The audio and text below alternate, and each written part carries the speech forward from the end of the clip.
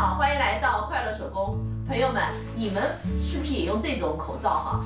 一大包，倒挺划算，就是这个包装吧随意了一点哈，用起来吧不太方便。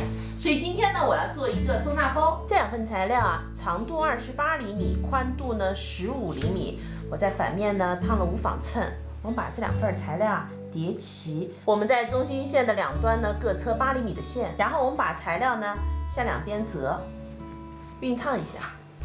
这2份材料呢，长度35厘米，宽度15厘米。我在反面呢也是烫了无纺衬的哈。把2份材料啊正面相对，中间呢夹着刚才做好的这份材料，在这儿车条线。车好后呢，咱们翻到正面，车条窄边。这2份材料呢，我是从文件夹上拆下来的哈，它的长度啊27厘米，宽度呢9厘米。我们把刚才做的这份材料哈，把它给对折，然后呢，我们做一个标记。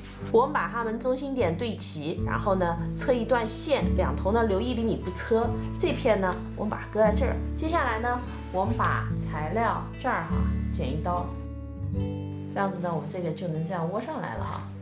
这样子呢，车一条线，那咱们3个边呢都是一样处理。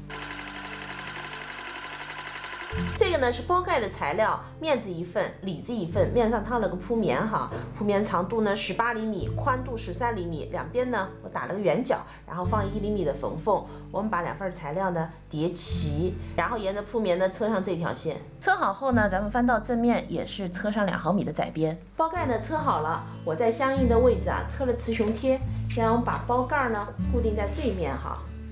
我们车一条线，那我们这些毛边啊，用包边带把它给包上。很快咱们的口罩收纳袋呢就做好了，拿取起来是很方便的哈。这期视频内容啊就是这些了，感谢您花宝贵的时间呢来看我的视频，记得要帮忙点赞，咱们下期再见。